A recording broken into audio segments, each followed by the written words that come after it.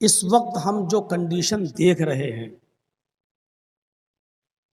पूरे भारत की और बिलखुसूस उन बस्तियों की या उन स्टेट्स की जिन स्टेट्स में, जिन सूबों में, जिन प्रदेशों में बीजेपी की गवर्नमेंट है, हम देख रहे हैं वहाँ हालात कितने ख़राब हैं। हमारे इस वक्त उत्तर प्रदेश के हालात भी बहुत अच्छे नहीं हैं। इस्लाम को बदनाम करने की कोशिश और एक तरीके से हमें अंडर प्रेशर रहने की, दबाव हमारे ऊपर बनाने की कोशिश की जा रही है। ये मैसेज देने की कोशिश की जा रही है कि तुम अपनी मर्जी के मुताबिक नमाज नहीं पढ़ सकते हो किसी मस्जिद में, अपनी मर्जी के मुताबिक मस्जिदों में जोर से माइक बजाकर अजान नहीं दे सकते हो, अपनी मर्जी से जीने के दिन तुम्हारे खत्म हो चुके हैं। अब तुम्हें नमाज भी पढ़ना होगी तो हमारी मर्जी के मुताबिक, अजान भी देना होगी तो हमारी मर्जी के मुताबिक। ये मैसेज देने की कोशिश की जा रही है। हमको मारने का प्लान नहीं है, ये जहन से निकाल दीजिए आप कि ये लोग चाहते हैं कि मुसलमानों को मिटा दें। ये कभी नहीं होगा।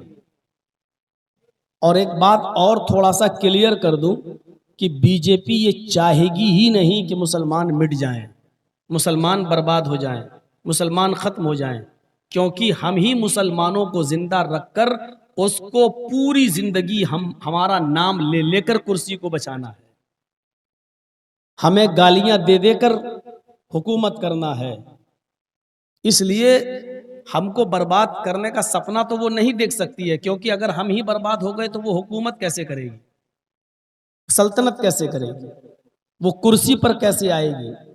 तो हमको बर्बाद तो नहीं करेगी, लेकिन हमको अंडर प्रेशर रखेगी। ऐसे रहो, ऐसे नमाज पढ़ो, ऐसे रोजे रखो, ये खाओ, ये पहनो, हम ये नहीं खाने देंगे, हम ये नहीं पहनने देंगे।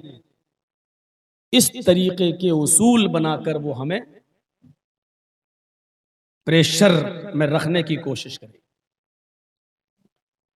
और इसके जिम्मेदार हम खुद हैं। ये बड़ी बात मैं बोल रहा हूं, इसके जिम्मेदार हम खुद हैं, क्योंकि वो जिस इस्लाम को रुसवा करने की कोशिश करते हैं, बदनाम करने की कोशिश करते हैं, हमने उनको ये बताने की कोशिश नहीं की कि ये इस्लाम तुम्हारा भी मजहब है, सिर्फ हमारा नहीं। कितना प्यार था कभी किसी जमाने में, कांटा किसी हिंदू को चुभता था तो उसका दर्द एक मुसलमान अपने सीने में महसूस करता था, तकलीफ एक मुसलमान को पहुंचती थी तो उसका दर्द एक हिंदू अपने सीने में महसूस करता था। इन पॉलिटिकल लोगों ने, इन राजनीतिक सांपों ने इस भाईचारे को खत्म कर दिया, घृणा और नफरत का जहर घोल दिया है, और आज दिखाई नहीं दे रहा है। उत्तर प्रदेश के अंदर बाकायदा वोट ये कहकर मांगा गया कि 80% और 20%। देख रहे हैं आप, आज 80% तबका भी परेशान है। पेट्रोल 110 से ऊपर निकल चुका है, डीजल 100 के पार हो चुका है, 400 रुपए में मिलने वाला गैस सिलेंडर 1000 रुपए को क्रॉस कर चुका है। भारत की रिजर्व बैंक ने अलार्म घंटी बजा दी है खतरे की। गोदी मीडिया के अलावा ईमानदार पत्रकारों ने, जो पत्रकार हैं, जो ईमानदार मीडिया है, उसने सारन बजा दिया है कि अगर यही हाल रहा तो बहुत जल्दी भारत का हाल भी श्रीलंका से ज्यादा बुरा होने वाला है। हमारी देश की करेंसी डॉलर से इतनी नीचे गिर चुकी है कि $1 ₹77 77 रुपीज को क्रॉस कर चुका है। ये हालत है, लेकिन इन 80% लोगों को इसकी कोई चिंता नहीं है। इनकी चिंता सिर्फ ये है कि ये 20% मुसलमान, बस इनका दिमाग ठीक रहे। हमें महंगाई बर्दाश्त है, हमें महंगाई कबूल है। ये 80% लोग आज एक प्लेटफार्म पे कायम हो चुके हैं, लेकिन ये 20% लोगों को हम नहीं समझा पा रहे। यूपी छोड़कर हमें बंगाल की धरती पर आना पड़ा था। जब विधानसभा के चुनाव आपके यहां हो रहे थे, तब हमने मोर्चा संभाला बिना किसी के कहे हुए।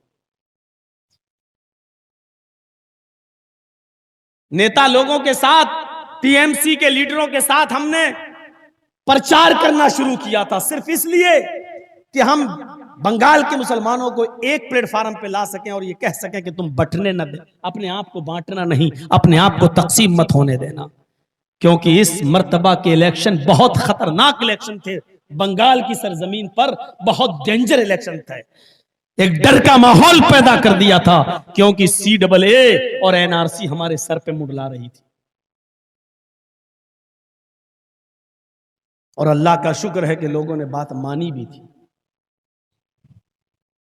बहुत अक्लमंदी का सबूत दिया था।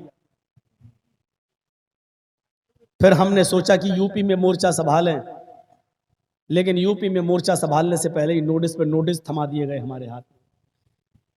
आपके ऊपर बैन है, आप यूपी में बोल नहीं सकते। क्या करेंगे? नहीं बोले। नोटिस आ जाने के बाद बात मान ली, लेकिन देख लीजिए थोड़ी सी मिस्टेक, अंडरस्टैंडिंग हुई और मुसलमान एक प्लेटफार्म पे आ नहीं सका। हालांकि आए हैं, कोशिश की थी, लेकिन फिर भी डिवाइड हुए और तकसीम हुए। और आज उसका नतीजा आप देख रहे हैं ना। खुद मौलाना जर्जीस जिस मस्जिद में जुमे का खुतबा देता है इटावा की सरजमीन पर, अपने मोहल्ले में शाही मस्जिद है, उस मस्जिद में 10 हॉर्न लगे हुए थे, 8 हॉर्न उतरवा लिए गए, सिर्फ 2 हॉर्न बाकी हैं। और उनकी आवाज भी इतनी स्लो कर दी गई है कि सिर्फ मस्जिद के परिसर तक रहेगी, बाहर नहीं जा सकती। जब हमारी शाही मस्जिद का यह हाल है, तो और मस्जिदों का क्या हाल? यह है हमारी नाइत्तेफाकी का नतीजा। आप ये सोचते हैं कि हमारे लिए किसने क्या किया है। अगर हम ये सोचेंगे तो कभी भी हम एक नहीं हो पाएंगे, क्योंकि इसका जवाब सिर्फ एक है, हमारे लिए किसी ने कुछ नहीं किया।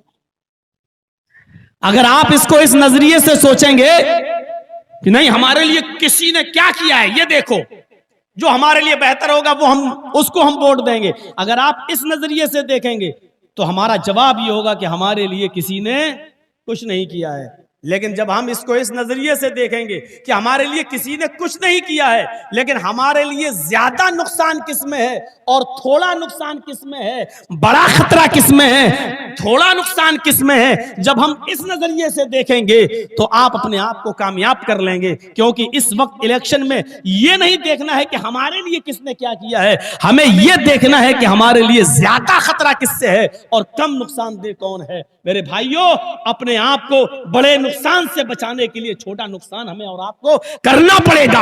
अगर हमारे जिस्म के किसी हिस्से में कैंसर हो गया है, कैंसर एक जानलेवा बीमारी है, डॉक्टर ने कहा है कि पैर के जिस हिस्से में कैंसर हुआ है उसको काटना पड़ेगा, वरना ये जहर, ये कैंसर पूरे जिस्म में फैल जाएगा। तो अक्लमंदी का तकाजा यह है कि पैर का उतना हिस्सा कटवा लिया जाए और अपनी जान बचा ली जाए। एक औरत को कह दिया जाए कि तुम्हारे ब्रेस्ट में कैंसर है, अक्लमंदी यह है कि छाती और ब्रेस्ट का वो हिस्सा कटवा दिया जाए और अपनी जान बचा ली जाए। अगर ये कह दिया जाए कि तुम्हारी बीवी या बीवी के पेट में पलने वाले बच्चे में से मैं किसी एक को बचा सकता हूं डिलीवरी के वक्त, तो अक्लमंदी का तकाजा यह है कि मां यानी बीवी को बचा लिया जाए और बच्चा अगर जा रहा है तो जाने दिया जाए, क्योंकि बीवी रहेगी तो बच्चे और भी आ जाएंगे। इस वक्त अक्लमंदी का तकाजा यह है कि हम बड़े नुकसान से बचने के लिए छोटा नुकसान कर।